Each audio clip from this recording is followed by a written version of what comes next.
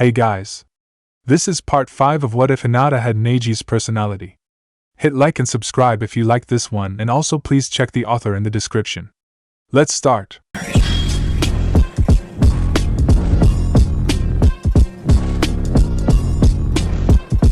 Chapter 27, Guilty Bliss. Naruto winced as he limped his way through his front door.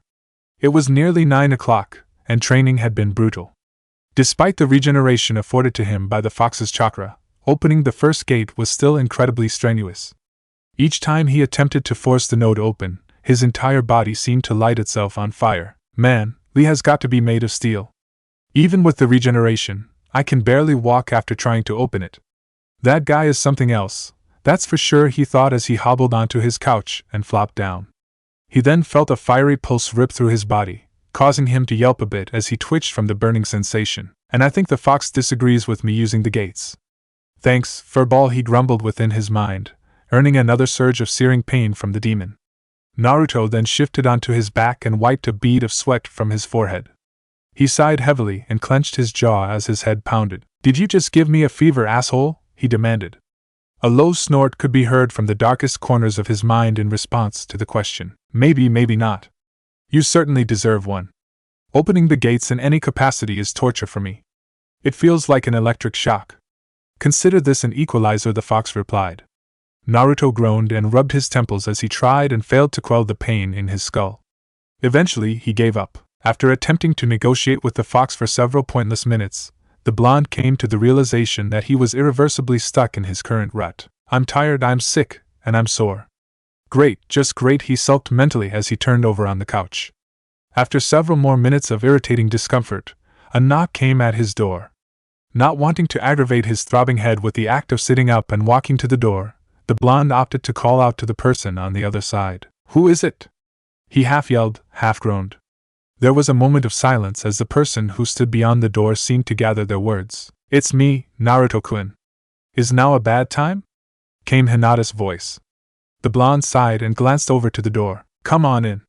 Just gonna warn you in advance though. I'm not going to be any fun today, he called. The door then creaked open as Hinata entered his dwelling. The heiress glanced around the room for a moment before spotting the Jinchuriki and making her way over to him. Are you okay? She asked, her tone rife with concern. Naruto shook his head and slowly sat up, clutching his head as he did so. I pissed off the fox, and he decided to give me a fever. Not sure how he did it, but it worked. I feel like garbage right now, he said honestly. Hinata remained silent as she studied him carefully. After a moment, she sat down next to him on the couch. You look like a dead man walking. How unfortunate, she said as she slowly scooted herself closer to him. Naruto raised an eyebrow as Hinata gently reached out for his hands, which were still occupied with the sides of his pounding head. The heiress softly took hold of his hands and pulled them away from his skull, delicately replacing them with her own. May I? She asked as she slowly pulled his head down toward her lap. Naruto sighed and allowed her to rest his head on her lap. What's all this about? He asked. Hinata responded by emitting a low green glow from the palms of her hands. I know a limited degree of medical ninjutsu. I found a book on it a few months ago, and figured it may come in handy at some point, she explained as she dulled the pain in the Jinchuriki's cranium. Naruto sighed in relief as his discomfort was quelled. That's kind of incredible, actually. They say medical jutsu is super hard to learn. You're really something if you're this good at it after only a few months, he complimented. The Hyuga girls silently celebrated at the confirmation of his lessening pain. I have a knack for chakra control, so it's only natural that I would be fairly good at this kind of thing. My skill is still limited though. I cannot do anything more than soothe your pain for a little while, she said. Naruto chuckled. You're actually smiling. That's new. You're usually wearing that I would strangle a kitten look on your face, he joked. Hinata frowned at the remark. I would never harm an animal, much less a kitten. I love kittens, she said. The blonde smiled at her reaction. That's interesting. I never thought of you as the motherly type, but I guess everybody has the capacity, he said. Hinata shook her head and softened her grip on the sides of his head. I'm not motherly or one to fuss. Only for you and kittens. Only, she clarified, causing Naruto to turn red. Hinata herself gained a pink tint to her face and ears, but the light smile never left her face. She then leaned down, brushed her lips against his forehead, while Naruto began. He was silenced by a finger to his lips from the heiress before he could finish his befuddled question. Consider this my apology. Now relax and let me fuss a little. Contrary to popular belief, I am a girl, and girls like to fawn over their favorite boys, she said in uncharacteristically soft fashion. The blonde glanced away from her face. What is this an apology for? He asked. Hinata tensed momentarily as she recalled her dark and uncomfortable conversation with Gaara several nights previously, after which she had actively avoided the blonde. Let's not stress the details. I simply feel the need to show you a great deal of gratitude and affection today. I know that you don't entirely return my feelings just yet, but I implore you, please accept my care. At least for now, she said quietly. Naruto sighed and allowed his body to fall limp. I know I've said this before, but I don't understand you, Hinata. You can be so cold for long stretches, but sometimes you're the most comforting person I know. You tell me how much you care, you fawn over me, and you make me feel like I'm actually something close to loved. Just, why can't you be consistent? I would be all for a relationship with you if you were, he asked carefully. Hinata sighed and hid her eyes behind her bangs as she ran a hand through Naruto's hair. I don't know how to treat people I care about. I can be fairly consistent with my sister, but even that took time. My view of you has also changed so dramatically that it almost feels wrong to adore you the way I do. When I say impolite things to you, it hurts me. I can't seem to stop despite that. I know it doesn't mean much, but I really am sorry for the times I've hurt your feelings, she said. The Jinchuriki reached up and brushed her hair away from her eyes. I know that you don't mean most of what you say to me. Besides, it's not like I don't push your buttons. You have every right to snap back at me. I just wish you wouldn't jump to personal insults right away, he said with a chuckle. The Hyuga heiress sighed and laid one of her hands over the hand Naruto had used to move her hair aside. I have nothing to insult but things you cannot control. You aren't faultless, not even close, but you do more right than wrong. I'm too competitive for my own good, she said as she grasped his hand. You're being a lot more touchy-feely than you normally are, Naruto commented as Hinata contentedly returned his hand to his body. The Hyuga girl chuckled and tucked a strand of hair behind her ear. I quite enjoyed cuddling with you in the hospital. This is giving me a similar feeling. What can I say? I enjoy touching you, she said. The blonde raised an eyebrow. That sounded really dirty, he said jokingly.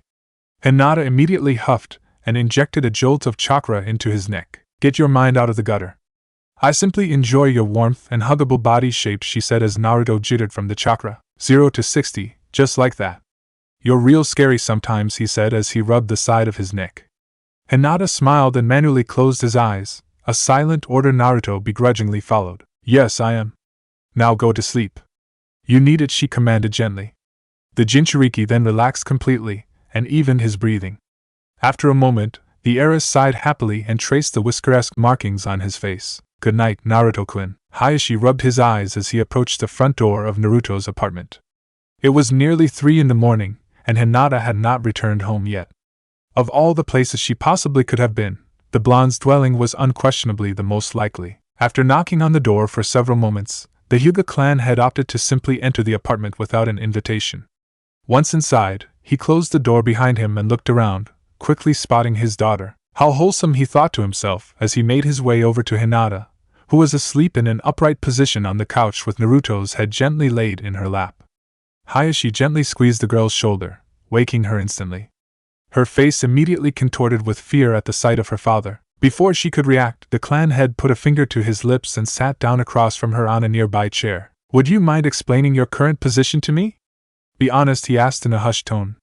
Hinata shifted in place, being careful not to wake the Jinchuriki she was cradling. He came down with a fever and was already exhausted from his daily training. I used what little medical ninjutsu that I know to suppress his headache and make him comfortable. From there, we talked until he fell asleep.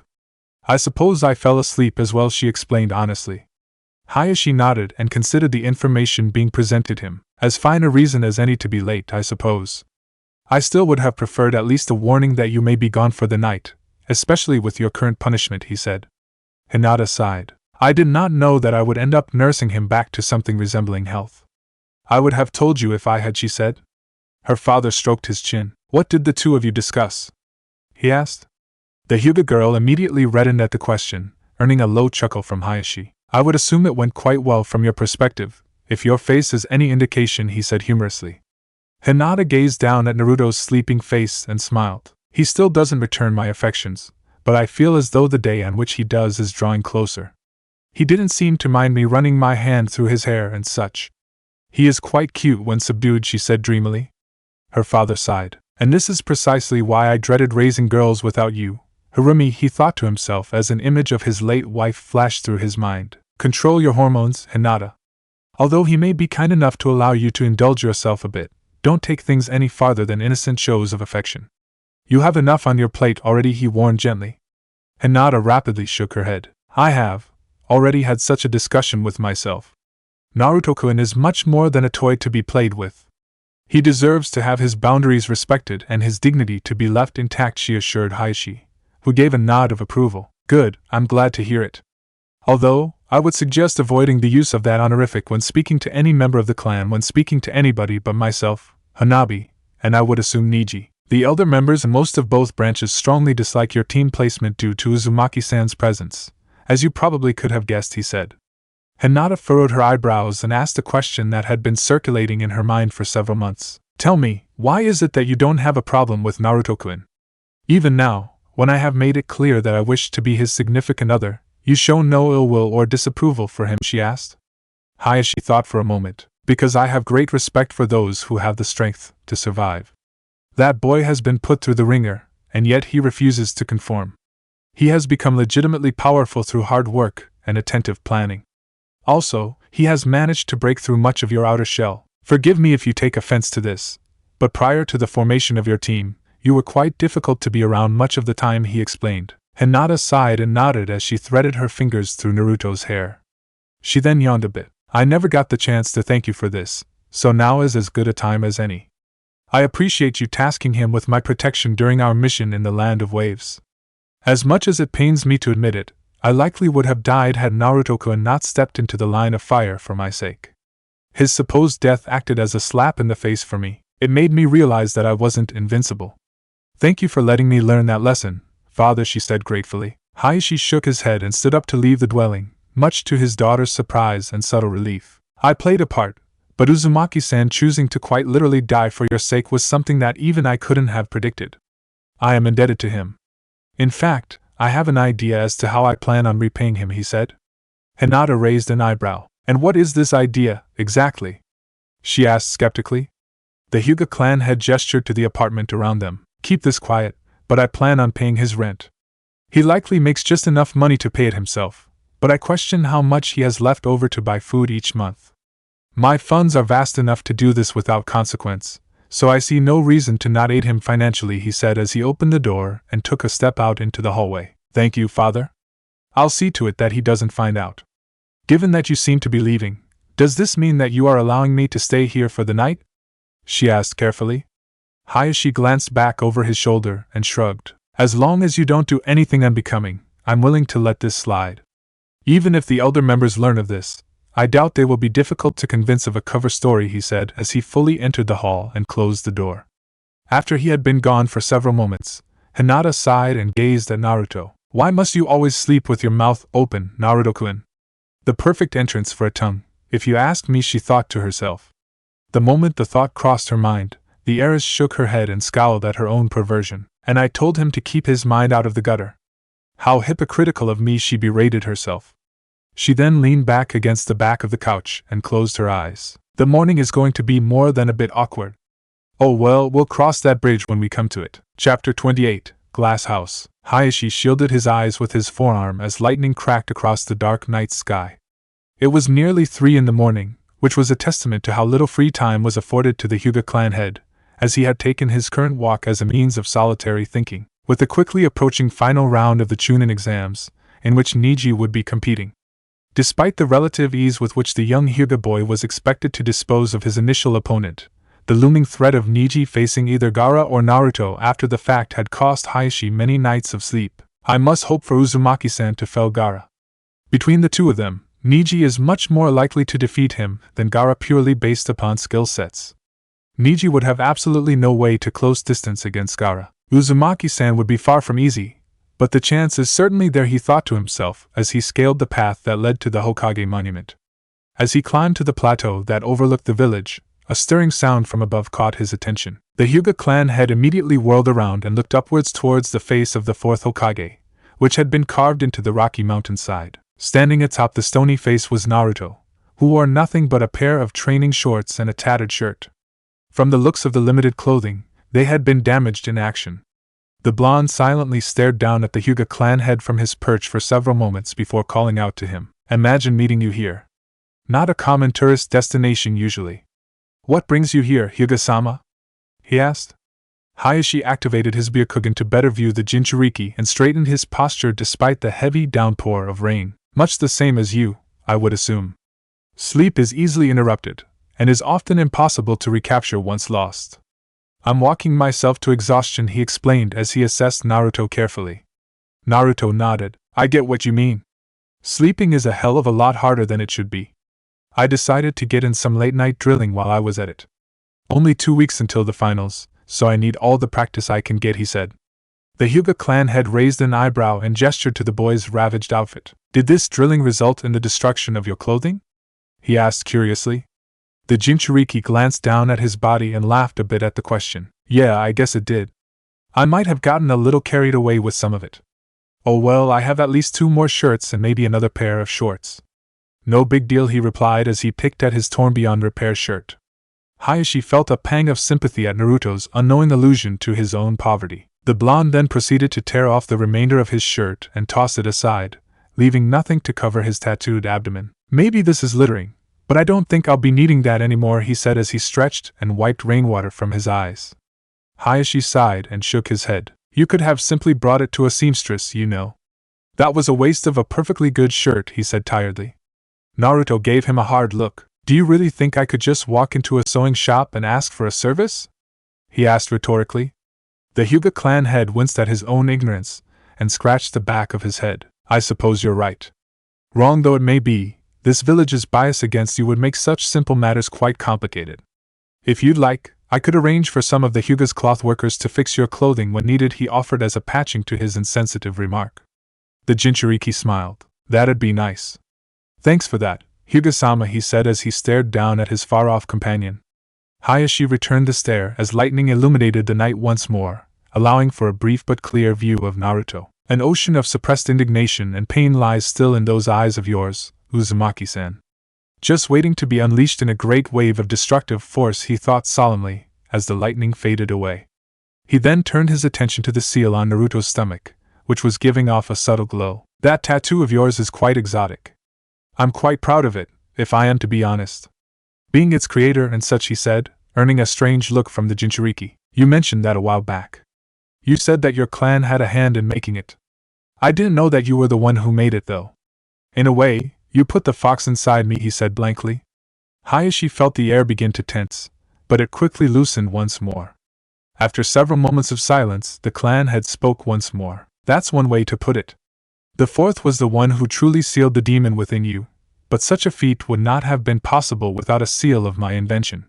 If you want an apology, you aren't going to get one from me," he said firmly. Naruto gazed down at him for a second or two before leaping down from his perch, landing directly in front of Hayashi. "I don't need an apology from you, and I don't deserve one.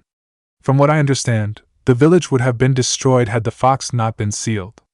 I still don't understand why it had to be me, but it makes sense at the end of the day," he said tiredly. The Hyuga clan head looked the boy up and down and shuddered a bit. "He's the spitting image of his father, truly. A bit shorter, and likely less traditionally handsome, but very similar. Even his chakra feels similar," he thought to himself as Naruto stretched up to his full height a few feet from Hayashi. "Something tells me that you know a whole lot more about why I was made a Jinchuriki than you're letting on," the blonde said. The clan head smirked inwardly. Catch him in the right mood, and he's just as sharp, he chuckled mentally. Hayashi then shook his head and stepped back. "Maybe I do, maybe I don't. Either way, you have other things to worry about. Don't distract yourself," he chided. Naruto frowned and began to protest, but stopped. "What is your opinion of my daughter, Uzumaki-san?" Hayashi asked, smoothly switching topics in the blink of an eye. The blonde stared at him silently for a moment. "I think she's lying to herself," he replied bluntly. Hayashi raised an eyebrow at the fearless remark and motioned for the Jinchuriki to elaborate. "Go on, Uzumaki-san." That wasn't much of an answer. "One could even argue that it doesn't fit the parameters of the question I asked you," he said. Naruto looked off into the stormy sky. "She's trying to convince herself that I'm some sort of hero for being willing to hold back and let her vent during our fight. I think, She's trying to cope with what she did to me," he explained carefully. The clan head considered his explanation before responding. "From the sounds of it, her use of the curse mark bothers you greatly." "Understandably so, but it does come as something of a surprise to me." "Hinata described you as being quite forgiving," he said. Naruto sighed. "Of course it bothers me. She tried to kill me. She really wanted to end my life. She also seemed like she was really enjoying beating the hell out of me. I did some research into seals and other things like it. From what I read, seals like hers just amplify traits that are already there," he said, allowing Hayashi to connect the remaining dots himself. "I will not deny that Hinata was indeed bitterly jealous of your progress, but I would not characterize her as cruel by any metric. Egotistical, yes, but not sadistic. Jealousy can be twisted into sadism under certain circumstances when faced with the right stimuli. I understand your frustration, believe me, I do, but don't mischaracterize her," the clan head said. The blonde pursed his lips. "I'm not afraid of much, Hyuga-sama. I've seen terrible things, and I've been insulted a hell of a lot, but nothing, and I mean nothing, has ever made me want to run away and hide as much as the sound of Hinata's voice after she transformed. I felt like a cornered animal. I was stronger than her, and I knew that, but it made no difference. She just kept walking me down, telling me how badly she was going to hurt me and how. It was just so painful," he said quietly. Hayashi put a hand on his shoulder. "Correct me if I'm wrong, but it wasn't her power or ghastly appearance that shook you. It was the idea that a person whom you consider to be a friend would be so willing to hurt you. Camaraderie is a precious trust, and she broke it into glass-like pieces. She then carved your skin with those shards and laughed at your expense," he said. The Jinchuriki lowered his eyes to the ground and allowed himself to relax. "I've never had friends before. Shikamaru seems fine, and I've been getting along okay with Lee, but Hinata is kind of all I have when it comes to real relationships. I don't know if this is how all people are, but maybe having friends isn't for me. I hate being led one way and then tugged in another. I was starting to really like her. Then she goes and does what she did. Even now, with her being super affectionate, I just don't feel like I believe it," he said in a defeated tone. Hayashi sighed and reached into his pocket, eventually producing a small slip of folded paper. "Perhaps it isn't right for me to show you this, but if you need proof of her honesty, this should be more than sufficient," he said as he handed a small paper to Naruto. The genin stared at the slip skeptically as he took hold of it. "What is it, and how would a piece of paper prove anything?" he asked. The Hyuga clan head stepped back and turned around to exit the plateau. "Hinata has very few hobbies.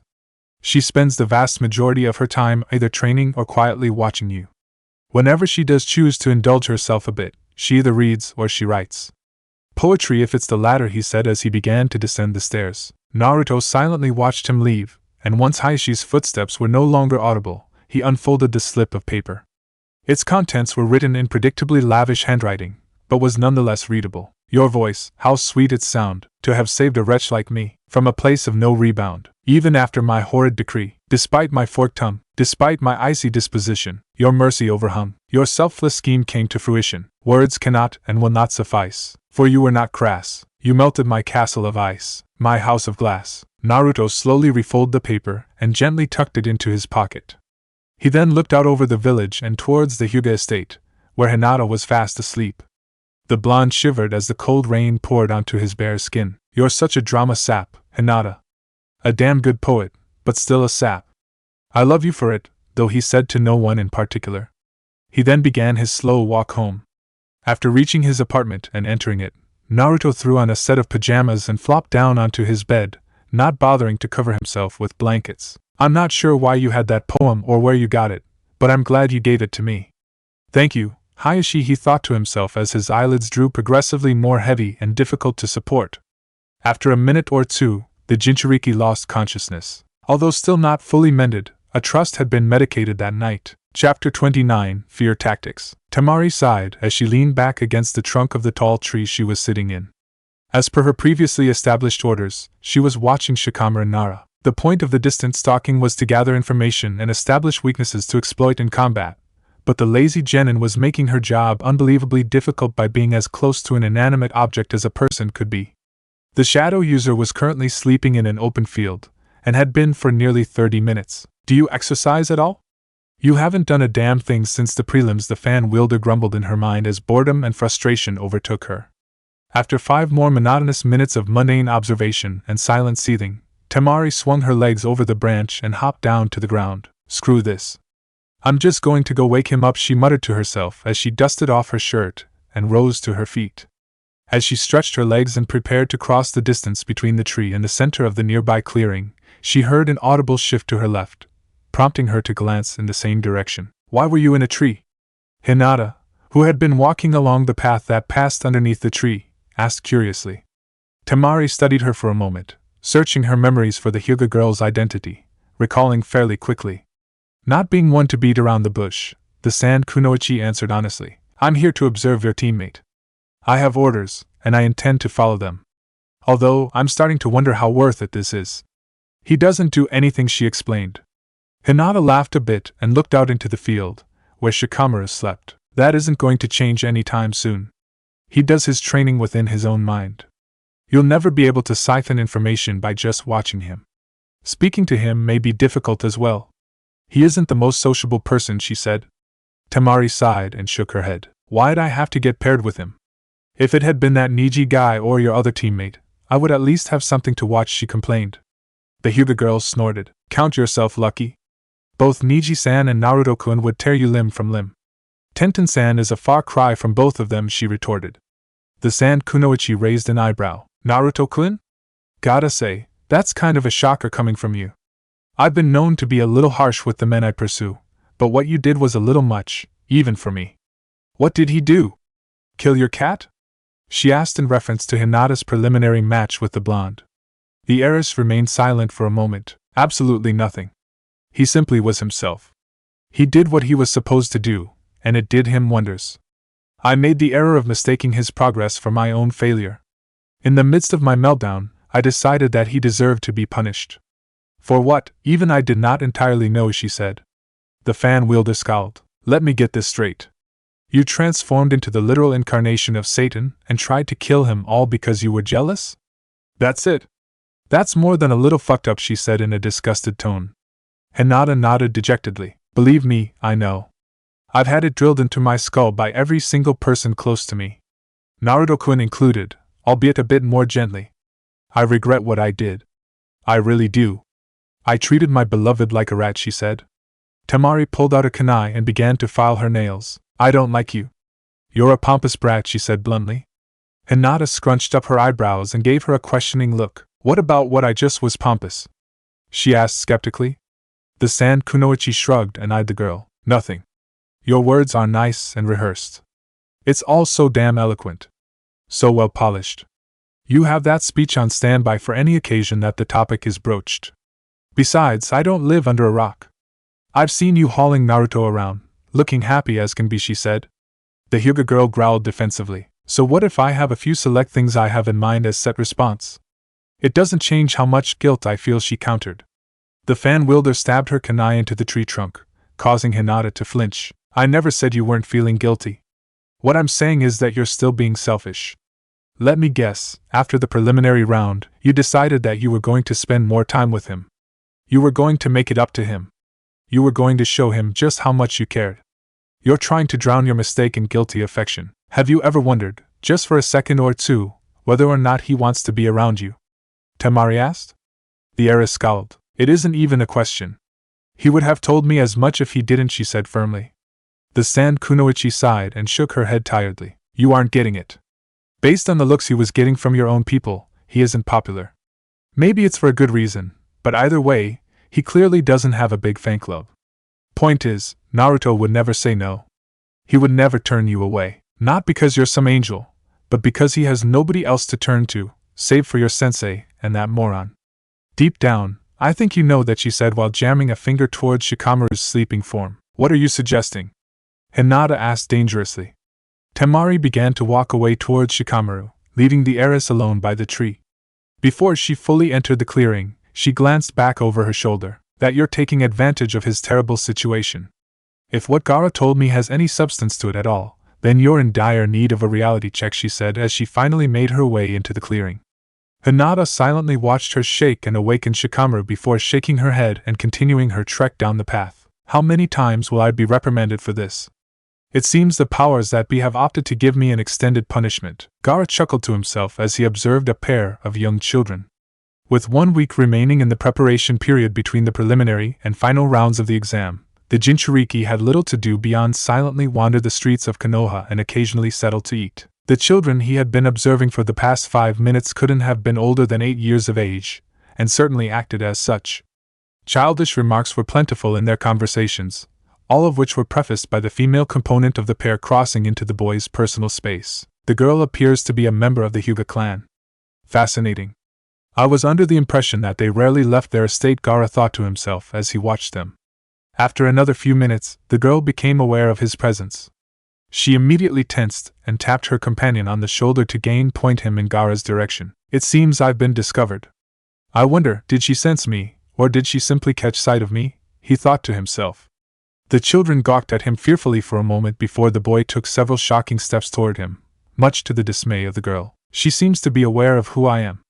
The boy doesn't seem to be entirely informed, but his body language suggests that he can still sense my chakra, the redhead thought to himself. As he was approached, he stood up from the bench he had been sitting on, a smirk slowly spreading across his face. Can I help you? He asked. The young boy stopped his advance roughly 10 feet from Gaara and jammed a finger at him. No, but you're going to need help. Naruto is going to smash you, he proclaimed. Gaara stifled a laugh as he gave the boy an unblinking stare. Oh, so he does know who I am. He's just too stupid to keep his mouth shut, he thought so himself humorously. The redhead tilted his head to one side and allowed his grin to widen. Riddle me this, boy. What if I do have help enlisted? What then? Do you still believe that your comrade can strike me down? He asked. The boy frowned. What do you mean? The matches are one-on-one. You can't bring help, he said. Gaara chuckled and took a step forward. My case is a bit unusual. You see, the help I speak of is a part of myself, he said as his eyes shifted from blue to gold, prompting the already petrified child to stumble back and fall to his rear end. Gaara stared down at the boy for several moments, feeding on the fear radiating from him. The Jinchuriki's aura could be felt throughout the street, as was shown by its sudden emptiness. I must say, I'm less than impressed by the people of Konoha. All so cowardly that they would abandon a child out of fear, the redhead said as he took another step forward. Before he could make another move, the girl rushed to her companion's aid and assumed a taijutsu stance. Go away. Leave him alone, she hissed, her dojutsu now active and flaring. Gaara laughed out loud at the turn of events. Now this is just adorable. Frozen with fear until your dear companion is threatened. A natural and pathetic instinct. Let's see just how far into the depths you're willing to fall to follow that inclination, he said darkly as sand began to flow from the gourd on his back. The Hyuga girl's eyes widened and her knees buckled as terror overtook her. She turned her back to the Jinchuriki and latched onto her terrified companion to shield him. The expected onslaught never came. Hanabi-sama, Sarutobi-san. Go back to the estate. Right now. Hanabi slowly opened her eyes and glanced up. Neji had appeared, and was standing between them and Gaara. The Hyuga girl nodded and slowly let go of Konohamaru before helping him to his feet and pulling him along by the hand back towards the Hyuga estate. After they were gone, Gaara spoke. I was wondering when you would emerge from the shadows. What were you waiting for, exactly? He asked. Neji scowled as he assessed the redhead. For you to move to harm them, which you did. You disgust me, he spat. Gaara grinned once more and put up his hands in a gesture of faux defensiveness. I never planned on hurting them too badly. I was simply drawing you out. Now, if just threatening them a bit hadn't worked, then maybe I would have roughed them up a little, he said coldly. The Hyuga boy growled. You would maim a child? He asked dangerously. The Jinchuriki shrugged and conjured his sand back into its gourd. Not without reason, no, he said. Neji felt his blood boil at the heartless implications of Gaara's answer. He then took a step forward. Why were you so bent on coaxing me out into the open? What is your motive? He demanded. The Jinchuriki shrugged. Nothing in particular. Equal parts boredom and curiosity, I suppose. With less than 7 days left to prepare, I have little to entertain myself with, and I was also unsure of why you were trailing those children. If I had to guess, you act as the girl's bodyguard, he explained. Neji clenched and unclenched his fists. Yes, I do. Both she and her sister. I would suggest that you leave my sight. You and I may end up facing one another in the final round, and I assure you, my ire is something you want nothing to do with, he threatened. The redhead smirked. It seems that empty threats are commonplace in your clan. Hinata, who I would assume is that girl's sister, staked a similar claim. It's clear to me that you're less of a pushover than she is, but I would still caution you against running your mouth, he said menacingly. The hyuga boy felt a bead of sweat trickle down his face as the air became tense and rigid. So far, I've only encountered one person in this village who hasn't reacted to my chakra the way you are now. He happens to be my opponent, which is convenient. I fully expect you to bludgeon my elder brother, so once I mash Naruto into a fine paste, you and I will meet. I suggest that you grow accustomed to the chakra of a Jinchuriki within the week, Gaara said as he walked past Neji, who was admirably still despite his fear. Have a fine afternoon, the redhead called mockingly as he disappeared into the now reforming crowd. Once his presence had vanished completely, Neji released the breath he had been holding. Psychopathic, demon-carrying, and terrifyingly intelligent. Uzumaki-san, I fear for your safety. Hinata sighed tiredly as she closed the door of Hanabi's room and rubbed her eyes. It was nearly midnight, and both her sister and Konohamaru had required comforting and reassurance to be put to bed at all. Konohamaru had been arranged to stay in the estate that night at Hanabi's request. The heiress glanced down the hall and spotted Naruto, who had willingly ceased his nighttime drilling to aid her with the children, leaning against the wall. Every day that passes, the more I want to beat Gaara senseless, he said in a tone of barely suppressed anger. Hinata leaned against the opposite wall and nodded. I would be concerned if you weren't feeling a bit angry.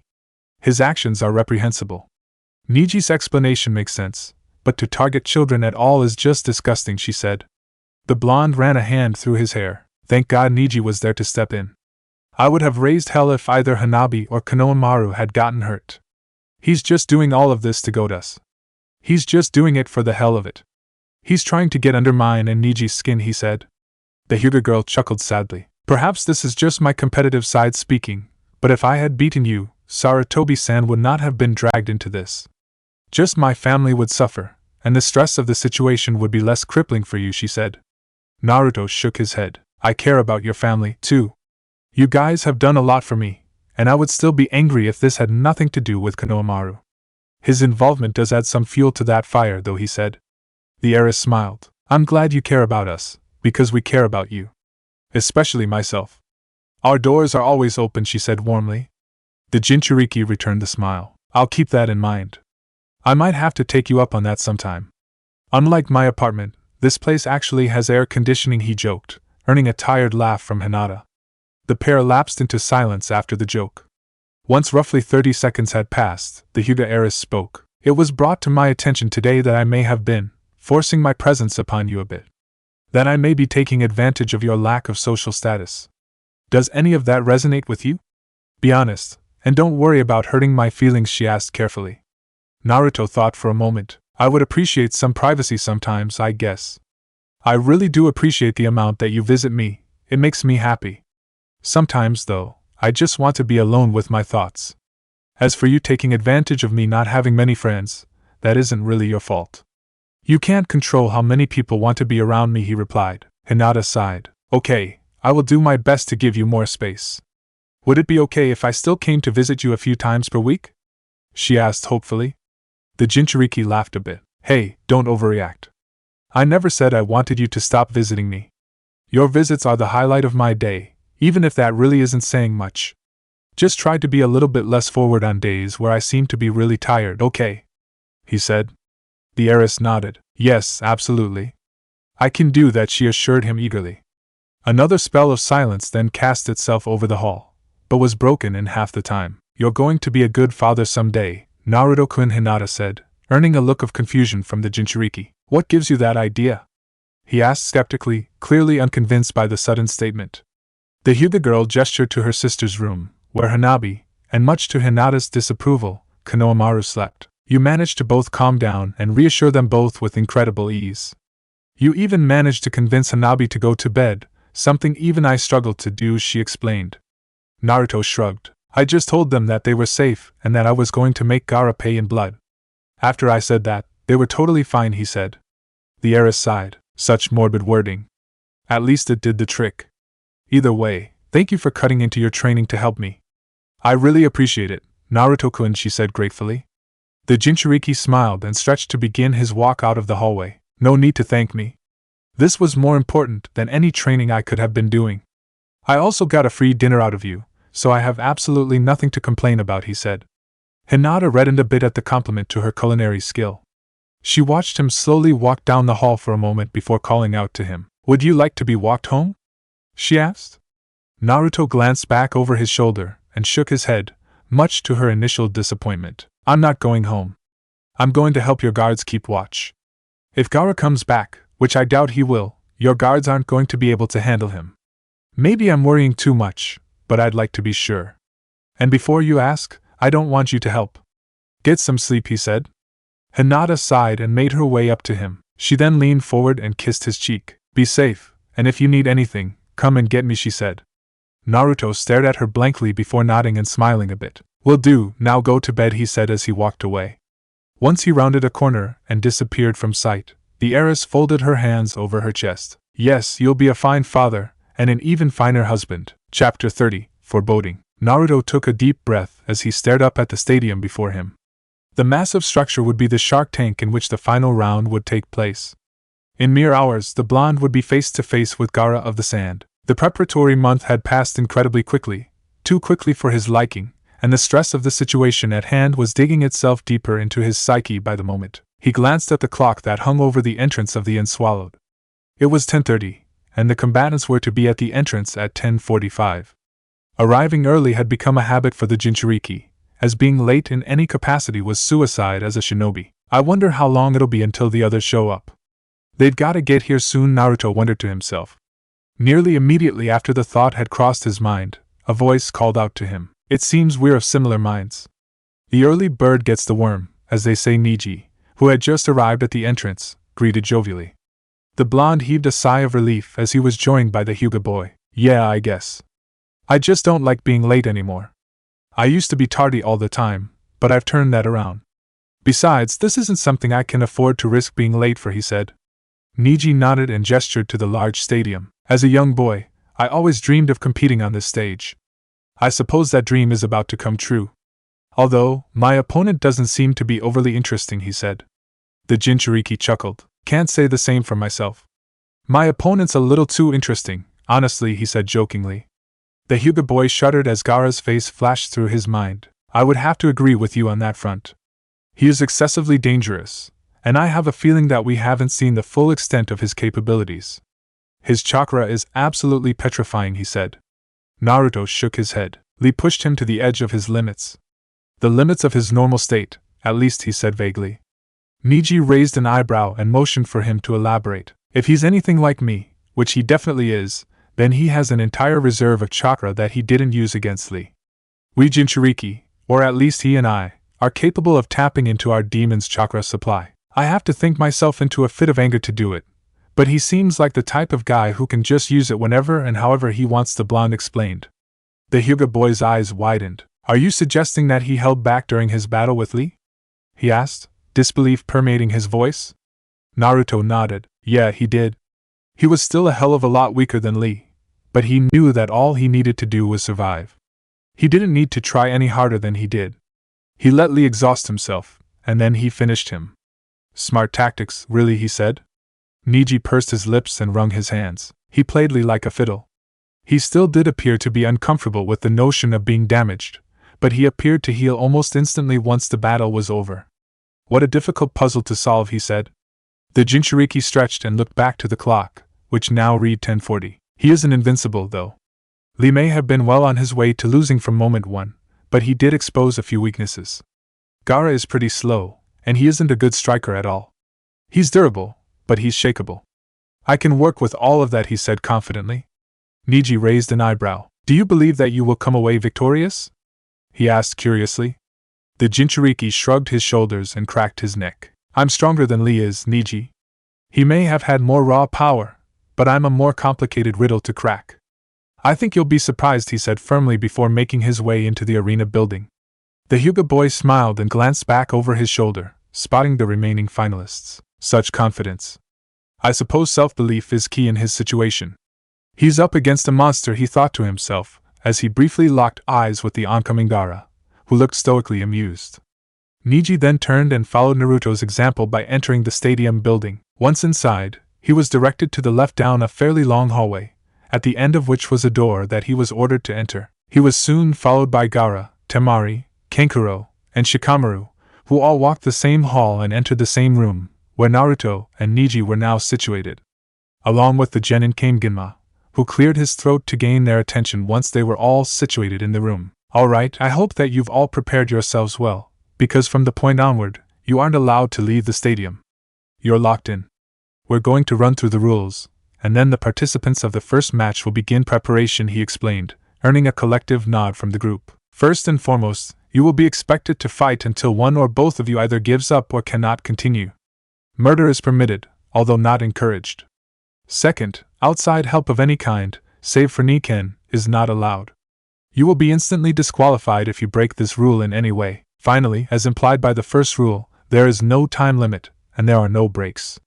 Much of the month you were given should have been focused on your conditioning, because unless you trust your ability to end things quickly, you're likely in for a long fight, the proctor continued. A murmur reverberated through the small group of genin, but quickly died out. Ginma waited for their attention to fully return to himself before speaking out once more to reveal the first match that would be hosted. The first match will be between Neji Hyuga and Kankuro of the desert.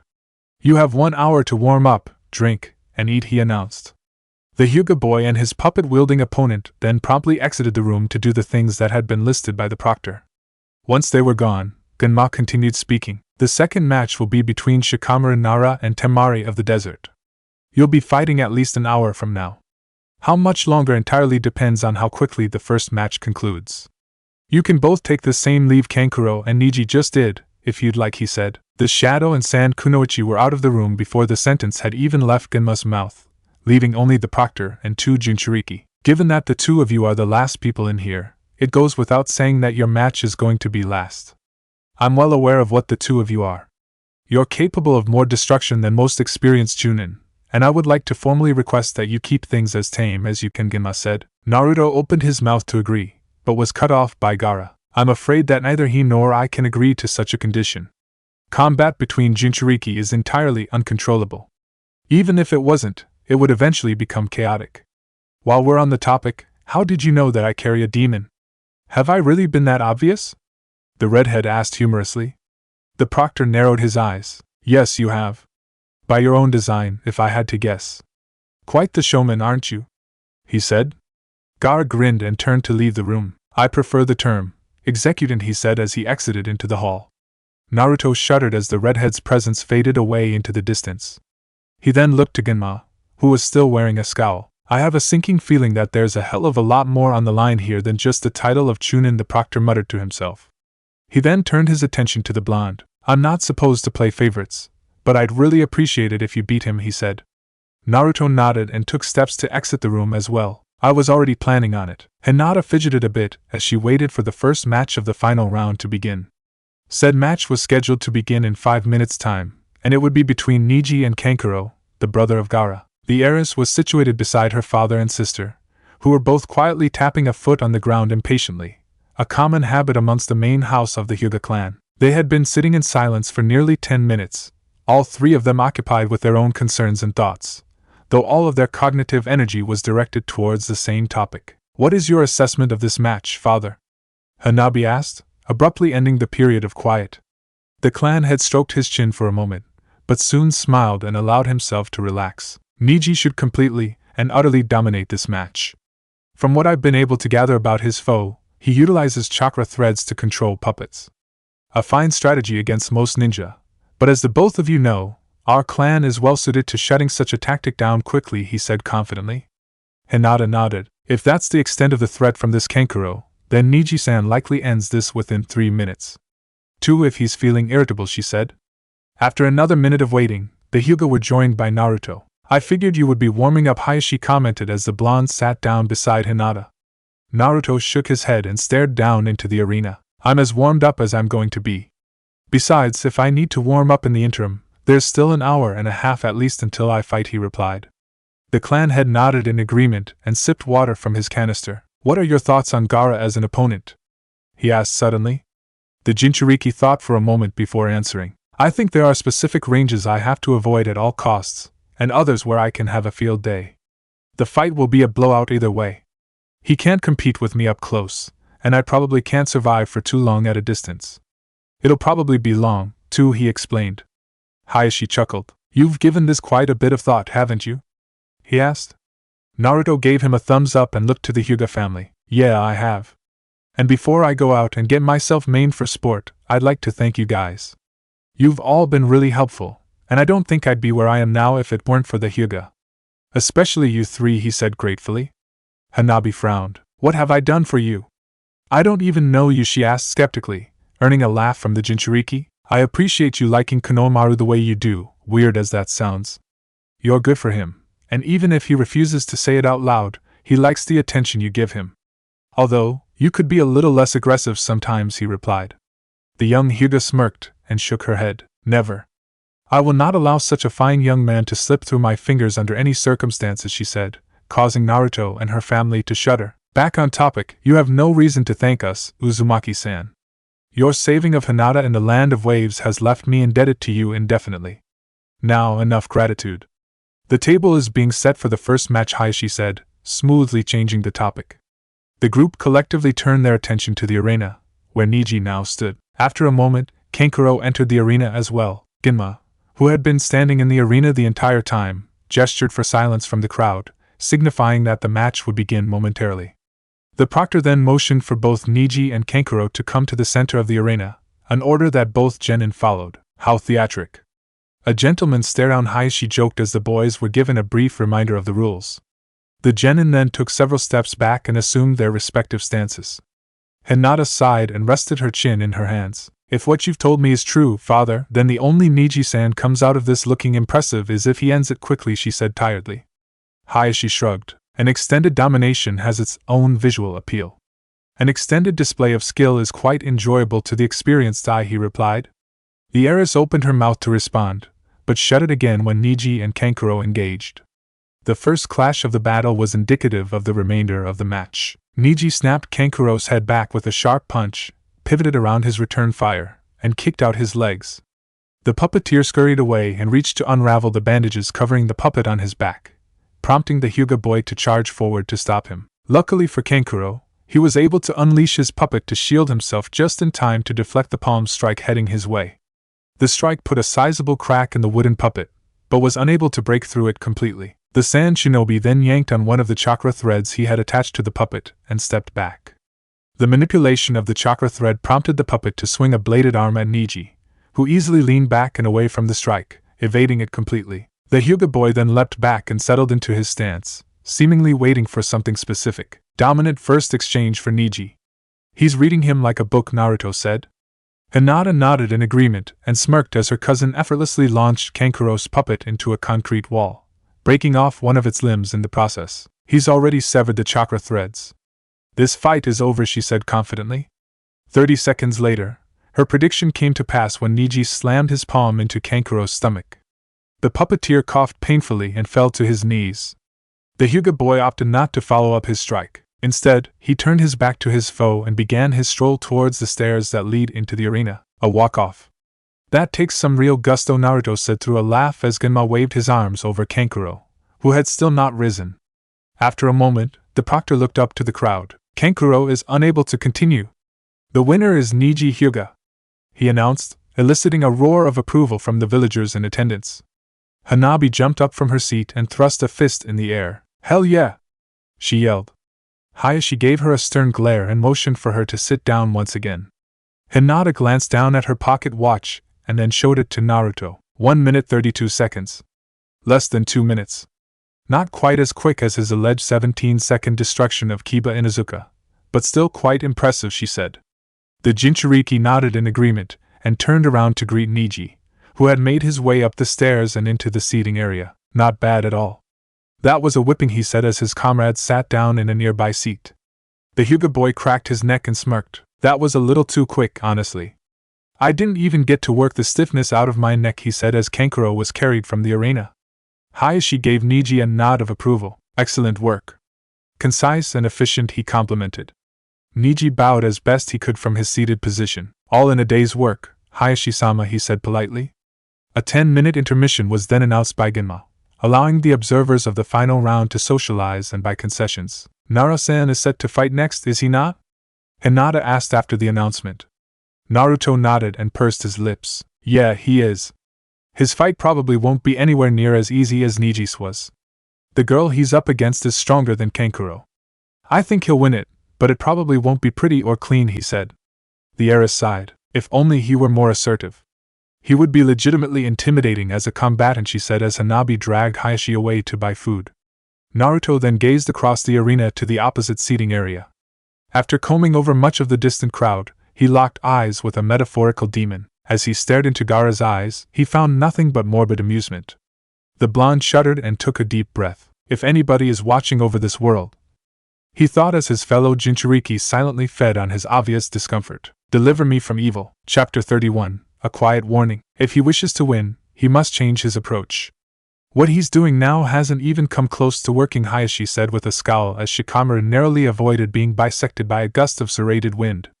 Naruto and Hinata both nodded in begrudging agreement as they watched their teammates struggle. For the past 10 minutes, the lazy genin had been confounded and kept at a distance by Temari's fan and the various jutsu that she employed with it.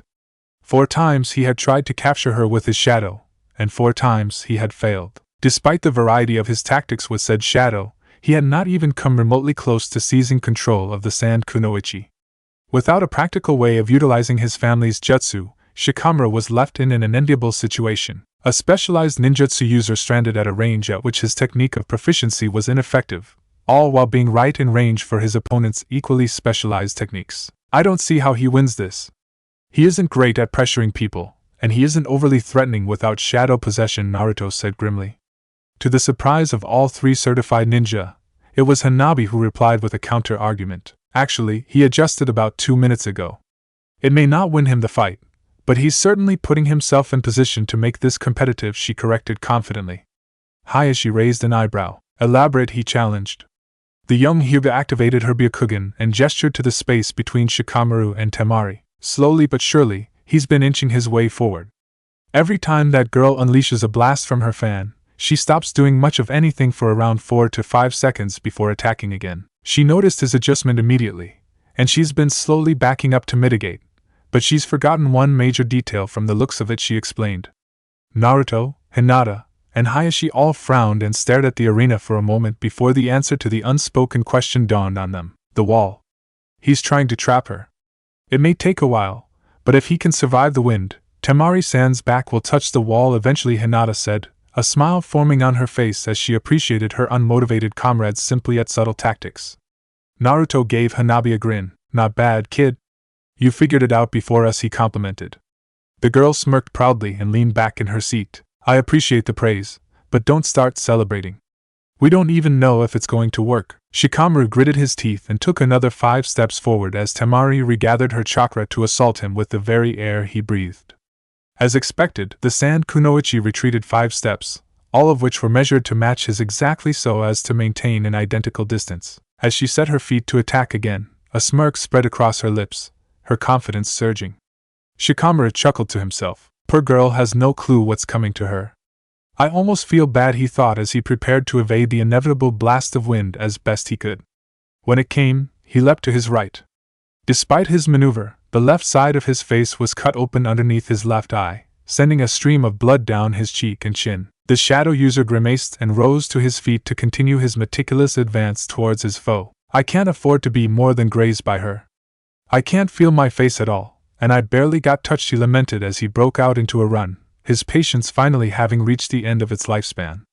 Temari scowled and prepared to predictably attack him with her fan. I never took you for the suicidal type, but I guess looks can be deceiving, she yelled as she unleashed another blast of wind to intercept him. As the bladed air approached, Shikamaru took a deep breath and focused his chakra into his legs. Here goes nothing, he thought to himself. In a rare feat of athleticism and chakra control, the Nara leapt straight up, barely clearing the storm of wind as it ripped across the battlefield. As he crashed down towards the earth, Shikamaru looked to Temari, who wore a look of surprise. As he came into contact with the ground, the shadow user rolled forward to decrease the intensity of the impact. Once he was in an upright position again, he sprinted at Temari head-on, prompting her to skitter backwards to maintain space. After no more than 10 steps, however, she backed straight into the concrete wall of the stadium. Shikamaru immediately stopped in his tracks and made a hand sign. Gotcha, he said with a smirk as his shadow connected to hers. The sand Kunoichi clenched her jaw and strained against the jutsu, but found that her efforts were in vain. You were walking me back to the wall, weren't you? She asked through her frustration. Shikamaru nodded and shrugged, causing Temari to do the same. Yup. I'm honestly pretty surprised you didn't see it coming, honestly, he replied. The fan wielder sighed and made another attempt to break his control, to no avail. I got high on the feeling of slicing you up. You looked and acted like a sitting duck, she said. The shadow user sighed and leaned over. Yeah, because I was. I'm just as surprised as you are that this worked, he said before making a throwing motion straight up. Due to the jutsu she was under, Temari followed suit, launching her fan into the air in the process. The metal rectangle spun and arced towards the upper wall, eventually colliding with it and sticking into its side. Enough small talk. I have some questions for you, and you're going to answer them, the shadow user said firmly, earning a raised eyebrow from Temari. And why should I listen to you? The only thing you have to threaten me with is a concussion if you choose to make me slam my head into the back of the wall, and I wouldn't be able to answer your questions if I was unconscious, she asked skeptically. Shikamaru gave her a bored look and reached into his kunai pouch, quickly producing a blade. When the sand Kunoichi made the same motion, she came out empty-handed, as their punches were on opposite sides. You crafty little brat, Temari hissed as she was forced to approach the shadow user due to his own forward advance. Once they were roughly a foot apart, Shikamaru pressed his kunai to her throat and jammed a thumb towards the Hokage and Kazekage, who were sitting in a high position above the arena. Who the hell is that guy you're calling the Kazekage? Something about him is very off, and you're going to explain it to me, he commanded. The sand Kunoichi pursed her lips and stared at the lazy genin. I don't know any more or less about him than you do, she replied tensely. Shikamaru increased the force with which he was pressing his knife into her skin. Really? I thought he was supposed to be your father. That's been the word around the village, anyway, he said. Temari's eyes briefly became flooded with an emotion resembling grief, but it quickly washed away. There are things at work here that are beyond you or I. I'm sorry, but I can't say any more. You can go ahead and kill me if you want, she said shakily. Shikamaru felt his blood run cold. An apology, and something similar to submission. Something is very wrong, he thought to himself. He then glared up at the Kazekage. I have a strong feeling that I know what's going on here. Whoever you are, you won't be hidden much longer, he mentally promised the Kage. He then turned his attention back to Temari, whose eyes were now downcast as she awaited what she assumed would be her end. Wipe that look off your face. It doesn't suit you, Shikamaru said as he released her from his jutsu due to a mix of exhaustion and sympathy. The sand Kunoichi's head snapped up as she regained control of her body. What? Why did you? She began as Shikamaru backed away from her and assumed a taijutsu stance. The lazy genin took a deep breath and wiped blood from his wounded cheek. I'm an overly sympathetic idiot. That's why. Now shut up and come at me, he replied. Despite the massive number of questions and the whirlwind of emotions circulating her mind, Temari obliged and stepped forward to attack. What ensued could only be described as a war of wills. Naruto, Hinata, Hayashi, and Habai all stared down at the arena with wide eyes and their mouths agape as Temari and Shikamaru traded strikes at a torrid pace. Many different scenarios had been envisioned for the match, but the one occurring had not been one of them. I think I'm missing something here. Why didn't he just knock her out or kill her? He had the chance to do both, Naruto questioned as Shikamaru snapped Temari's head back with a punch. Hayashi stroked his chin and winced as another sloppy but damaging exchange took place. Tactically speaking, without context, this turn makes sense on some level. Temari-san has been separated from her fan, and Nara-san appears to be out of chakra. Neither one of them really have any other areas of strength, leaving them with only their ancillary skill set to rely on, which happens to be taijutsu for both. But as you said, Uzumaki-san, Nara-san could have finished her twice, and chose not to, the clan had said. Hinata frowned. They appeared to exchange words for a few moments before Nara-san let her go. I don't know what was said, but it convinced him to engage her head-to-head, she said. Hanabi tilted her head to one side as she watched the two genin fence in the center of the arena. For as sloppy as it all is, Nara-san is employing some interesting tactics, she said as Shikamaru cleaved an elbow into the side of Temari's head, forcing her to back up a step and heave a deep breath. Yes, he is. He is greatly uncomfortable gauging distance, and he seems to be aware of it. His solution is to march forward, tie up his opponent's hands with his own, like a game of patty cake, if you will, and throw strikes over the top of his foe's outstretched arms. A fascinating tactic, but an effective one, Hayashi said. Naruto nodded in agreement as his teammate pressured forward behind ugly but relentless combinations of strikes. You've got to give them both credit. They're pushing a crazy pace, he said. A moment after the sentence had left his mouth, Temari and Shikamaru clashed heads, an action that sent them both reeling back. This is a dog fight, Hinata said through a grimace. Apparently, the crowd as a whole agreed with her, as they were cheering loudly for the two warring genin. The heiress then activated her Byakugan and gazed into the chakra reserves of her teammate. You had better finish this soon, Nara-san. The body always breaks before the mind. Shikamaru spat blood out of his mouth as she slowly circled Temari. It had been roughly 15 minutes since the shadow user had opted to release her from his jutsu, and both genin were now worn and battered. Shikamaru was bleeding profusely from the gash underneath his left eye, and his mouth was leaking blood due to a small split in his bottom lip. Temari was no less visibly injured, with a litany of bruises and cuts covering her face. Was it worth it, Shikamaru? Letting me go, I mean. You clearly aren't enjoying this from my vantage point. You could have ended this a while ago, the fan wielder asked through heavy breaths. Shikamaru sighed and stepped forward to engage her once more. I already gave you a hint earlier. I don't really feel like explaining any more than I already have. It'd be troublesome, he said as he threw a right-handed punch at Temari's face. The sand Kunoichi ducked under the strike and whipped her head back up, slamming the top of her skull into his chin. The impact buckled the lazy genin momentarily, but not enough to prevent him from seizing her by the back of the neck and using the grip to throw her to the ground. Why won't you just break already? You told me that you didn't care if you became a chunin or not. Why are you trying so damn hard? Temari demanded as she tried and failed to rise to her feet after rolling to her hands and knees with Shikamaru latched onto her back. The shadow user responded by snaking an arm underneath her chin and clamping down on her neck. Because this isn't about promotions anymore. You know as well as I do that something bigger is coming, he hissed in her ear as he squeezed her airway closed. Temari struggled against the stranglehold, but soon felt her senses begin to dull as the world around her became fuzzy. After another few seconds, she went limp. Shikamaru then released her neck from his grip and gently laid her on her back. Call the match, Genma. She's out cold, he called to the proctor, who was making his way over to the unconscious fan wielder. Once he reached her, he gave her a cursory inspection and waved his arms over her body. Temari of the Sand is unconscious. Shikamaru Nara is the winner, he announced, eliciting a roar of approval from the crowd. The shadow user then began his unsteady walk back towards the stairs, exhaustion and pain slowing his pace to metaphorical crawl. His walking speed was decreased even further once he began to climb the stairs, a task that would likely take him several minutes to complete. Luckily, halfway up the flight, Kakashi stood waiting. That was ugly as hell, but you gutted it out. I'm genuinely impressed. I didn't know you had that kind of grit, the Jonin said as he slung Shikamaru's arm over his shoulder to help him up the stairs. The shadow user rubbed the side of his head and sighed. I made that harder than it needed to be, he said vaguely. Despite the lack of clarity, Kakashi instantly understood what he was referencing. Would you mind explaining to me why you let her go? You were low on chakra, but you weren't running on empty when you released her. You two also seemed to have a conversation before the brawl ensued. What was said? He asked. Shikamaru immediately tensed a bit, but quickly relaxed and organized his thoughts. Something awful is about to happen. Chaos is about to wash over this village. I'm sure you've noticed it by now, but the Kazekage isn't as he seems. Something about him is wrong.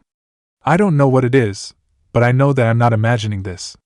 All of that contributed to why I let Temari go when I could have killed her or knocked her out. I didn't kill her because I was feeling sympathetic. I gave her a fighting chance on a whim. I gambled on the notion that I could beat her in a taijutsu match, he explained. His teacher gave him a nod. Yes, I've been getting the same feeling from the moment the finals began. Something is afoot. As for your reasoning for dragging the match out, I understand why you did it, but you can't let your personal feelings interfere. You still won, so it doesn't exactly matter in this case. But don't let sympathy cloud your judgment in the future, Kakashi said firmly.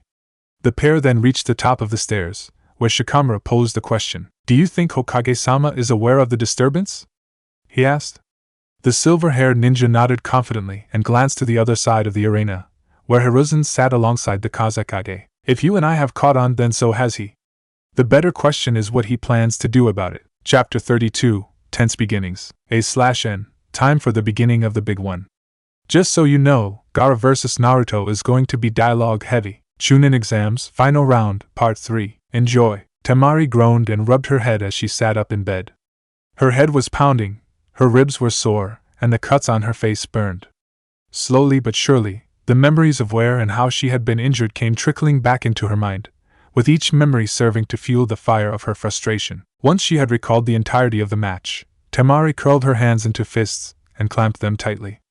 The sheer force with which she squeezed caused her nails to cut into her palms, drawing blood in the process. First, you outsmart me with a half-baked, almost suicidal strategy, then you spare me for God knows what reason, and then you strangle me into unconsciousness in front of a huge crowd. If just one of those things had happened, I'd be able to let this go, but all three? You're going to wish you were never born, Shikamaru, she silently swore to both herself and the shadow user. Despite her indignation at the result of the match, and the events that transpired within it, one key aspect stuck in her mind. How did you figure it out? What gave it all away?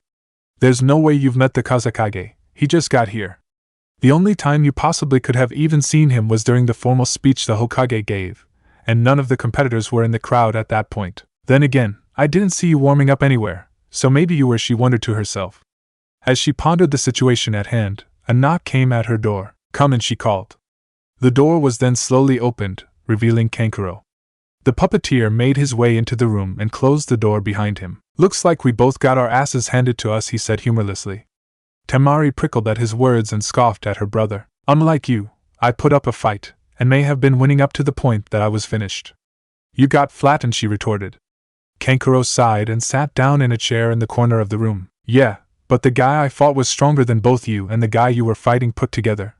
Neji, or whatever his name is probably the third strongest person participating in the finals, he countered tiredly. The fan wielder opened her mouth to argue, but shut it again. Good point. If he weren't competing against two Jinchuriki, he'd likely be favored to win this whole thing.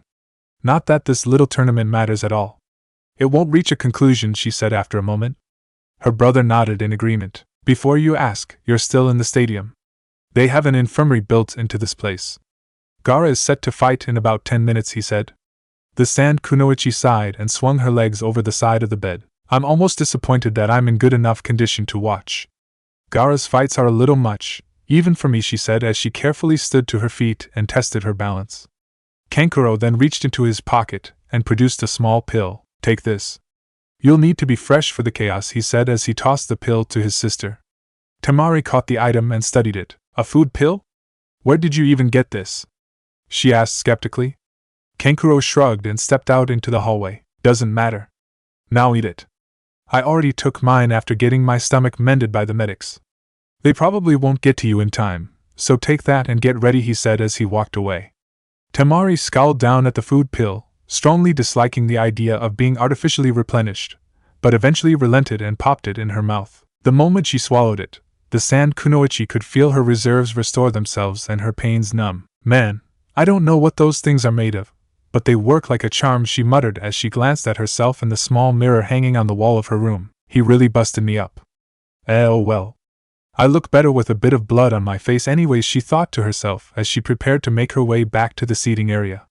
She then exited the room and began making her way down the hall. This is going to be a long day. Naruto took a deep breath to calm his nerves as he paced in front of the staircase that would lead him down into the arena. 5 minutes remained before his encounter with Gaara, and the pressure of the situation at hand was beginning to wear on the blonde. As he struggled to leash his fear, Hinata, who had opted to follow him upon his departure from the seating area, gazed at him sympathetically. You need to calm yourself. Tenseness will do you no good, she gently chided. Naruto glanced over his shoulder at her and nodded. Yeah, I know. The guy feeds on fear. It fuels him. I just can't shake this awful feeling I have. Like something is going to go horribly wrong. I'm well prepared, I have his habits memorized and tactics ready to exploit them, but I can't calm down. I'm terrified, he said as he tried to steady his shaking hands. The heiress sighed and made her way in front of him, taking hold of his tremorous hands with her own. Why are you afraid, Naruto-kun? I know that the opinion of the crowd means nothing to you, and that feeling of stress is natural. What has you so terrified? She asked softly. The Jinchuriki lowered his eyes to the floor. Because, for the first time, I'm not sure I can win. I knew in the back of my mind that I could kill Haku if he pushed me far enough, and I knew that I was strong enough to stop you when we fought. Gaara mauled Sasuke, survived the 8 gates, and was about to kill Lee. He was holding back against both of them, too. He also has a tail beast, meaning that he can probably match pace with me too, he said nervously. Hinata squeezed his hands and smiled. As both your harshest critic and most passionate supporter, I want you to know that I have absolute confidence in you. You've risen from the dead, saved me from my own arrogance, and stood guard at the gates of my home like the steadfast guardian you are. If you can't bring that monster to his knees, then nobody can. Now go and make me proud, she said strongly, releasing his hands and gently directing him towards the stairs. The Jinchuriki followed her instructions and began to descend the steps. After 4 steps, he looked back up at her and smiled. What he said next both greatly flattered and shocked Hinata simultaneously. You're a great poet, you know that? Naruto whistled as he made his way across the arena towards the center. Despite having been within it no less than 10 minutes previously, the sheer size of the crowd that had arrived to watch the final round was a shock to the blonde. The excitable genin quickly shook himself of the awe and returned his gaze to the path in front of him. Awaiting him in the center of the arena was Genma, and Gaara was approaching from the opposite side of the arena. The 2 Jinchuriki reached the proctor at the same time, both stopping roughly 5 feet from one another. Gaara wore a look of complete and total calm, with a subtle hint of cruel amusement highlighting his pale features. Genma eyed them both momentarily before clearing his throat. All right, boys. You know exactly what I expect. You are to fight until one of you is unable to continue, to the death if necessary. No outside help of any kind is permitted. Am I understood? He asked. Both Gaara and Naruto nodded, either one of them breaking eye contact with the other. In that case, take 10 steps back, the proctor ordered, a command that was quickly followed by the genin. Once they had created the appropriate amount of distance between one another, Genma raised a hand over his head. You may begin, he announced as he dropped his hand back towards the ground symbolically. The moment the metaphorical green light was given, Gaara was surrounded by a haze of shimmering sand that absorbed the impact of Naruto's oncoming fist. The force of the strike sent a shockwave through the cloud of sand, but the floating mass did not budge, like a house on fire. Just as advertised, the redhead said as his sand closed around Naruto's arm. The blonde growled and yanked his arm back, freeing half of his trapped arm. Gaara then made a clamping motion with his hand. The sand enveloping Naruto's right wrist then crushed down on the limb, eliciting a grunt of pain from the genin. It seems your bones are a bit harder to break than Lee's. Not surprising, or unwelcome for that matter. That means I can drag this out, Gaara said darkly. He then flung Naruto backwards with the tendril of sand, sending the blonde tumbling to the ground roughly 30 feet away. Naruto jumped to his feet and blitzed forward again. Just as he was about to come into contact with his fellow Jinchuriki's wall of sand, he veered off to his left, narrowly evading the carnivorous sediment. Due to his change in trajectory, the sand was forced adjustment as well. This forced adjustment left an apparent opening to Gaara's right, an opening that Naruto immediately attempted to exploit. As he extended his arm to strike the redhead, he spotted a wry smirk on his face. Just as the punch was about to touch Gaara's face, a row of earthen spikes shot up from the ground, knocking the blonde's arm off course and slicing open the right side of his face. As his punch missed, Naruto regained his footing and pivoted around the sandy serrations. Once he was momentarily out of danger, he leapt backwards and landed on his feet exactly where he had launched himself from to begin his assault. He laid some of his sand on the ground around his feet. It blends in perfectly, and he can use it as a second line of defense. I almost feel like he let me get close to him, he thought to himself as blood dripped down his face. The blonde focused his vision and observed the defensive shell Gaara had built for himself closely, a layer of fast-moving dust that can both block strikes and condense itself into a solid limb, and a row of rock-solid sand spikes that can cut skin. There's a good chance he has another layer beyond that. I can get around the first layer, and the second shouldn't be that hard to figure out. My worry is that it'll require me to be close to him for longer than I can afford, he pondered. Gaara, who had been watching him think, then spoke up. Come on, attack me once more. We don't have all day, despite what you may have been told, he jeered. The blonde scowled at his statement, and assumed a taijutsu stance. The hell is that supposed to mean? He demanded as he charged forward again. The redhead shrugged and grinned with amusement as Naruto weaved his way around the storm of sand, only to be repelled by the spikes once more. I figured you'd have noticed by now. Your teammate, Shikamaru, figured it out quite some time ago, he said vaguely as he was shielded from another barrage from Naruto. The excitable genin then came within inches of connecting flush with a right-handed punch after adjusting his timing and trajectory to nearly evade the spikes, which still managed to stop the strike before it could find its target. Quit talking and do something already. I'm sick of just attacking you, Naruto yelled as he yanked his arm out from between the spikes. Gaara chuckled and tapped his foot on the ground. A small tendril of sand then flew out and seized Naruto by the ankle, tripping him to the ground as he attempted to exit Gaara's metaphorical stronghold of sandy defenses. It isn't my fault that you can't seem to touch me, but if you insist that I stretch my legs a bit, don't say I didn't warn you, the redhead said menacingly. He then lifted Naruto high into the air by his ankle and whipped him hard at the stony wall of the arena. The blonde smashed into the wall with a sickening thud, causing the stone to crack a bit. Naruto slowly slid down the wall until his rear end touched the ground again. Naruto growled and struggled to his feet, coughing up a bit of blood on his way up. I can't play my trump cards yet. He'd definitely survive either one, and he would find a way around them given a few minutes to observe. So, in that case, he thought to himself as he gave Gaara a hard, assessing stare. Naruto then turned a palm towards the sky and smirked. Rasengan. The Hyuga family all stared down at the arena with wide, active Byakugan as they marveled at the sphere of spiraling chakra sitting in Naruto's palm.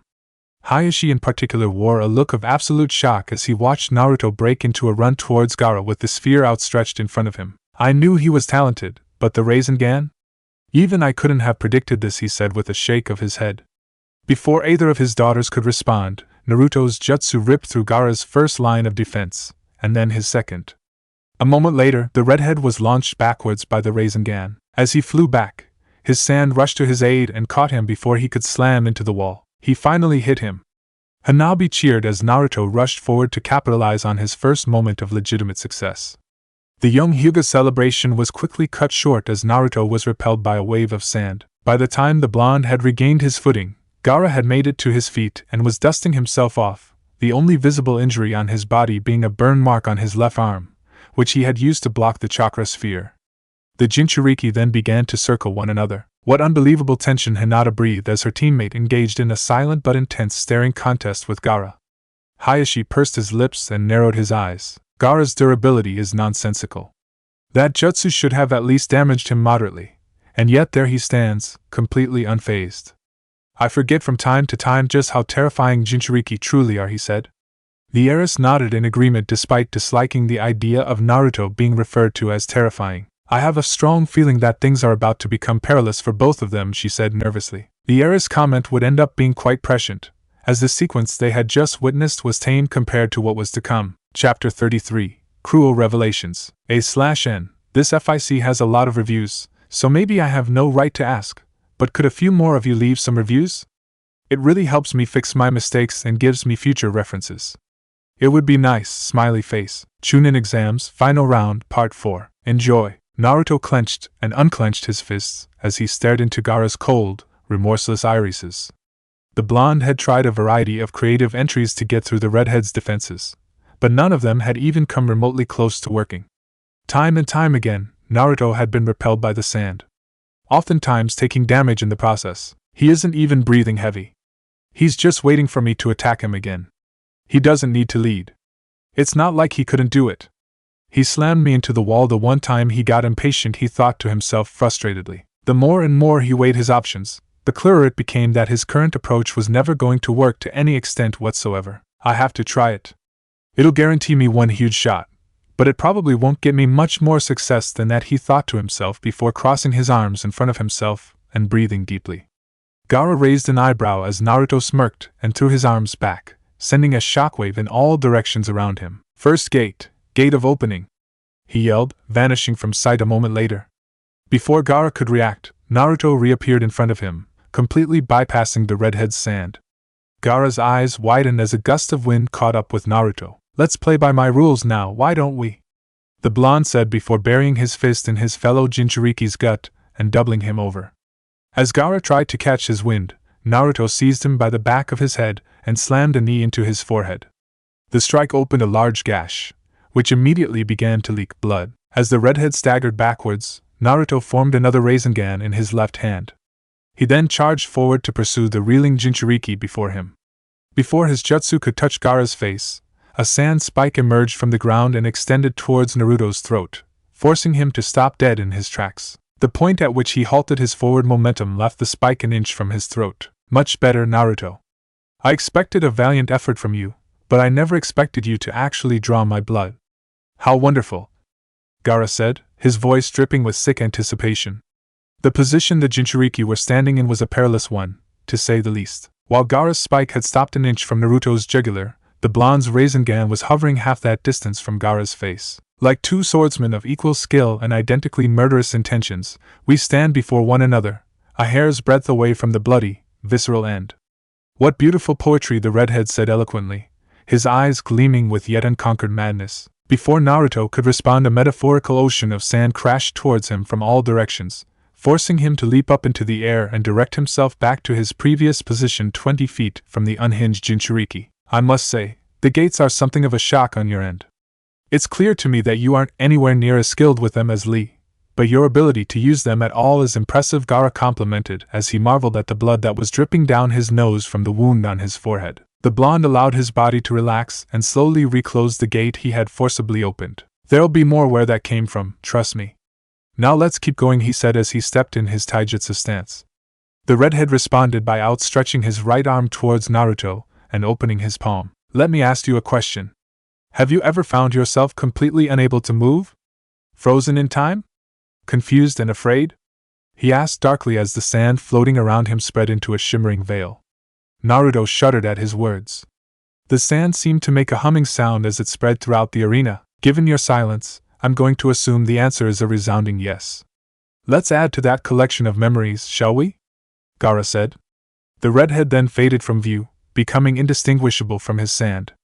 After a moment, Gaara seemed to reappear in front of Naruto, prompting the blonde to swing a hard punch at the left side of his head. When the strike reached its target, however, it simply passed right through the redhead. What? He began as the mirage of his foe faded away. Before he could finish his befuddled sentence, a sharp pain erupted in his back.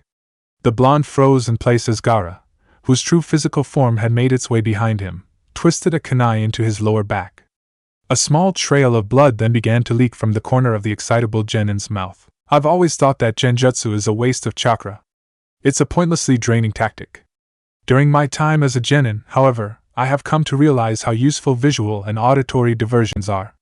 And so, in line with my philosophy regarding genjutsu, I made my own illusions. My sand requires no chakra to use under most circumstances, and it bends to my will unconditionally, Gaara said, allowing Naruto to piece together the rest of the vague explanation on his own. The blonde grunted and stumbled forward, dislodging the kunai from his back and allowing him to turn to face Gaara. So you use your sand to mess with people, he concluded as he heaved deep breaths. The redhead nodded and gestured to the swirling storm of sand around them. Indeed. As you found out the hard way, I'm more than capable of hindering my victim's hearing and vision simultaneously with nothing more than a veil of mobile dust. Your vision was obscured by the sand itself, and the sounds of my leisurely stroll that lead me to your back were concealed by the grinding sound of the storm, he explained as the veil of sand returned to its previous form as a floating mass that surrounded the redhead. A collective gasp could be heard as the crowd to Naruto's back caught sight of the stab wound. The Konoha genin then clenched his fists and forced his chakra to flare, opening his only accessible gate in the process. Let's try this again, he growled before blitzing forward at Gaara once more. As had happened during the blonde's previous rush, he completely bypassed his foe's defenses with little effort. Once he was in range to strike, Naruto forcibly shut the gate he had opened. He then set his feet in front of Gaara and laced him with 3 hard punches, with the first landing to his solar plexus, the second crashing into his temple, and the third and final connecting square on Gaara's forehead wound. The flurry sent the redhead staggering backwards, prompting Naruto to charge after him to attack again. The blonde then forced the first gate open again, sending a shockwave from his body and repelling the sand that was pursuing him. A second later, Naruto was in front of Gaara once more. What a brilliant tactic, the redhead thought to himself as the left side of his jaw was clattered by a sharp right-handed punch from his opponent. The strike buckled his knees and afforded Naruto time to line of his next attack, which ended up being a hard kick to Gaara's chest. The redhead was launched into the arena wall with a thud. Without your sand, you're kind of a sitting duck, Naruto said as he tore into Gaara with a furious combination of punches against the wall. Gaara chuckled and shook his head as the blonde struck him repeatedly. You really are fascinating. You hit upon an excellent tactic, and then you abandon it mere moments after it nets you your greatest success. You're far too eager, he said vaguely. It took only a split second for Naruto to realize his critical mistake. Unfortunately, it was too late. Tendrils of sand seized Naruto by his ankles and wrists, and heaved him off the ground.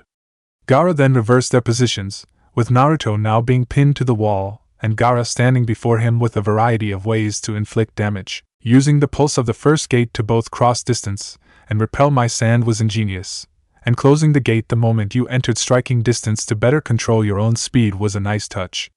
The fact that you stopped doing it tells me that either you can't do it more than a few times without rest, or that you simply forgot. Both possibilities are damning for you, the redhead said as his sand tightened around Naruto's limbs. You're still way behind, Gaara.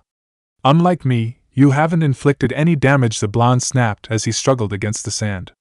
Gaara raised an eyebrow and slammed his fist into Naruto's solar plexus, knocking the wind out of him and eliciting a groan of pain. These matches aren't being scored, my friend. Me being behind doesn't matter in the end. Besides, I have a litany of options when it comes to hurting you, he said darkly.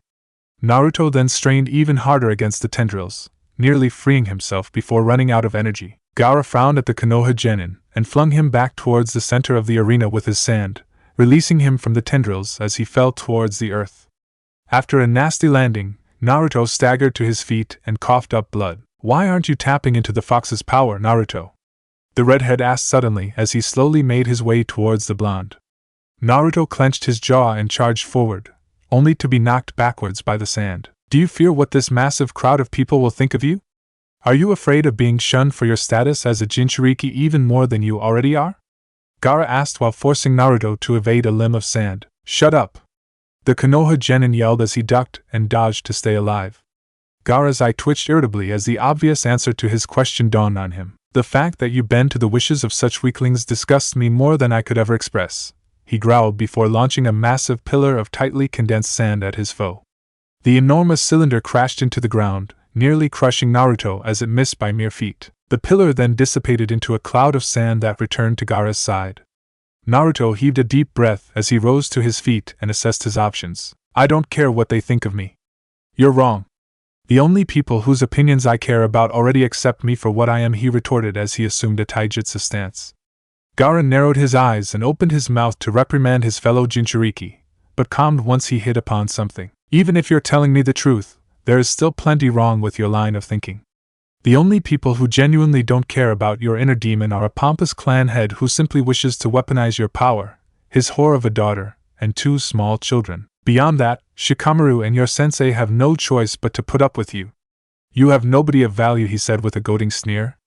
Naruto tensed instantly, particularly needled by one specific part of the cruel remark. Watch your mouth. You don't know a damn thing about her, he snapped angrily. Gaara smirked and folded his arms across his chest. Hook, line, and sinker, he thought to himself as he glanced up at Hinata, who was watching from the stands alongside her family.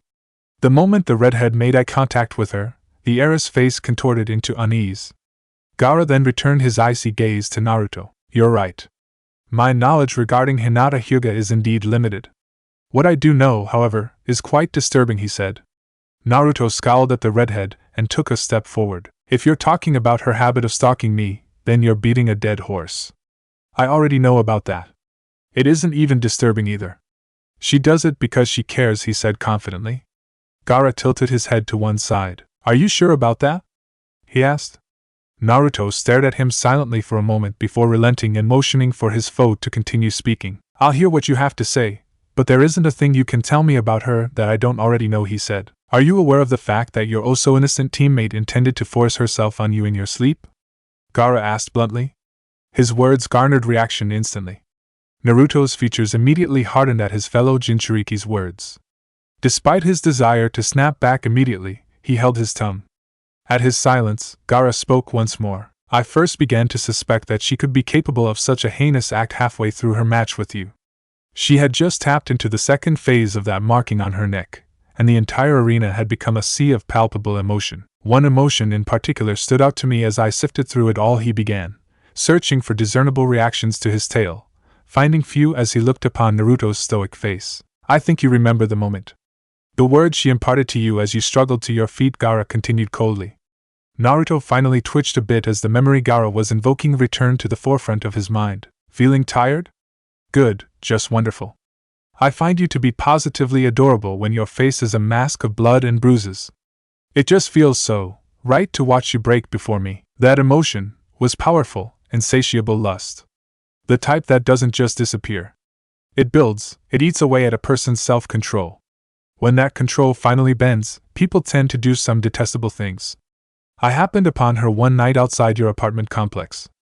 The moment her presence became detectable, I knew her intentions. Due to the fact that I wanted you to be completely mentally present for our match, I prevented her from entering your dwelling.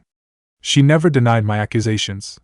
If anything, her behavior supported my hypothesis. Gaara finished, pleased that he had finally drawn a reaction of some kind from the blonde. Naruto cast a brief glance up at Hinata, who was wearing an uncomfortable frown. The cruel genin then looked back to Hinata as well, receiving a look of piercing anger in return. It seems that she's pieced together the topic of our conversation. Clever girl, he said with a chuckle. Naruto slowly turned away from Hinata and lowered his eyes to the ground. I know this must be difficult for you. To find out that you affiliate so closely with a potential rapist, Gaara mocked sadistically. Naruto sighed heavily and raised his eyes up from the ground, revealing two red irises with slitted pupils. You don't know when to quit running your mouth. You're making a bigger deal out of what you feel during my fight with her than you should be. All of what you just said is crap. Gaara laughed out loud. You're a tougher nut to crack than I figured you'd be. I assure you, though, I'm telling you the truth. I have no incentive to lie to you. None at all, in fact.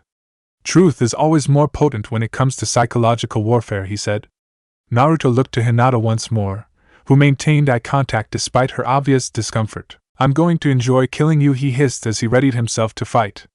The redhead grinned and called his sand to action, and I'll enjoy watching you fail.